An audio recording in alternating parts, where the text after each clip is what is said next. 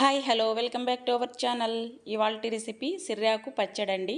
సిర్రాకు పప్పు, సిర్రాకు పుల్లకూర చేసుకొని తినుంటామండి.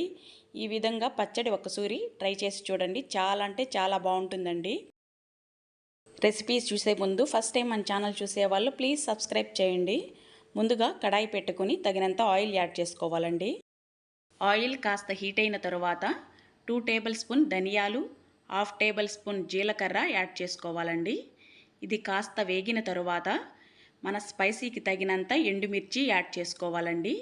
ఇప్పుడు ధనియాలు, ఎండుమిర్చి కాస్త వేగిన తరువాత 1/2 టేబుల్ స్పూన్ మెంతులు యాడ్ చేసుకోవాలి. ఒక పెద్ద సైజు ఉల్లిపాయ ఈ విధంగా కట్ చేసి యాడ్ చేసుకోవాలండి. ఇది కాస్త వేపుకోవాలండి. రుచికి సరిపడా సాల్ట్ యాడ్ చేసుకోవాలి. రెసిపీ అనేది స్కిప్ చేయకుండా చివరి వరకు చూడండి. ఇంగ్రీడియంట్స్ ఏం వేస్తున్నామో చూస్తేనే మనకి కరెక్ట్గా వస్తుందండి. ఇప్పుడు ఓరెమ్మ కరివేపాకు, 2-3 పచ్చిమిర్చి, 5-6 వెల్లుల్లి యాడ్ చేసుకోవాలండి. ఇది మంచిగా వేపుకోవాలి. 1/2 టేబుల్ స్పూన్ పసుపు యాడ్ చేసుకోవాలండి. ఈ విధంగా వేగుతున్నప్పుడు కాస్త చింతపండు శుభ్రంగా కడిగి నానబెట్టి తీసుకుని వేసుకోవాలండి. చింతపండు అనేది కాస్త వేసుకోవాలండి. జస్ట్ వేసామంటే వేసామని. ఇప్పుడు 4-5 టమోటాలు యాడ్ చేసుకోవాలండి. ఇప్పుడు టమోటా బాగా మగ్గించుకోవాలండి.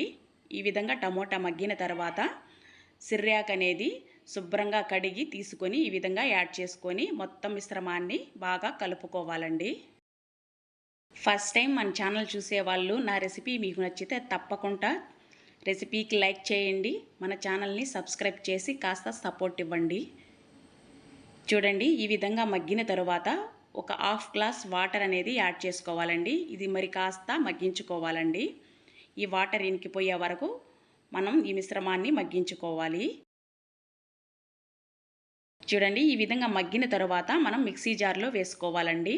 ఇప్పుడు మిక్సీ పట్టుకోవాలి. కాస్త కచ్చాబచ్చాగా మిక్సీ పట్టుకోవాలండి. మీకు రోలు ఉంటే రోట్లో వేసుకొని పచ్చడి చేసుకుంటే ఇంకా మంచి టేస్ట్ వస్తుందండి.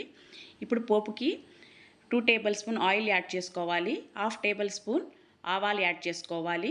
2-3 ఎండుమిర్చి యాడ్ చేసుకోవాలండి. 5-6 వెల్లుల్లి, ఓరెమ్మ కరివేపాకు, కొద్దిగా ఇంగువ యాడ్ చేసుకొని ఈ పోపు మొత్తం మనం చేసుకున్న సిర్రాకు పచ్చడిలో యాడ్ చేసుకుంటే ఎంతో కమ్మటి సిర్రాకు పచ్చడి రెడీ అయిపోయిందండి.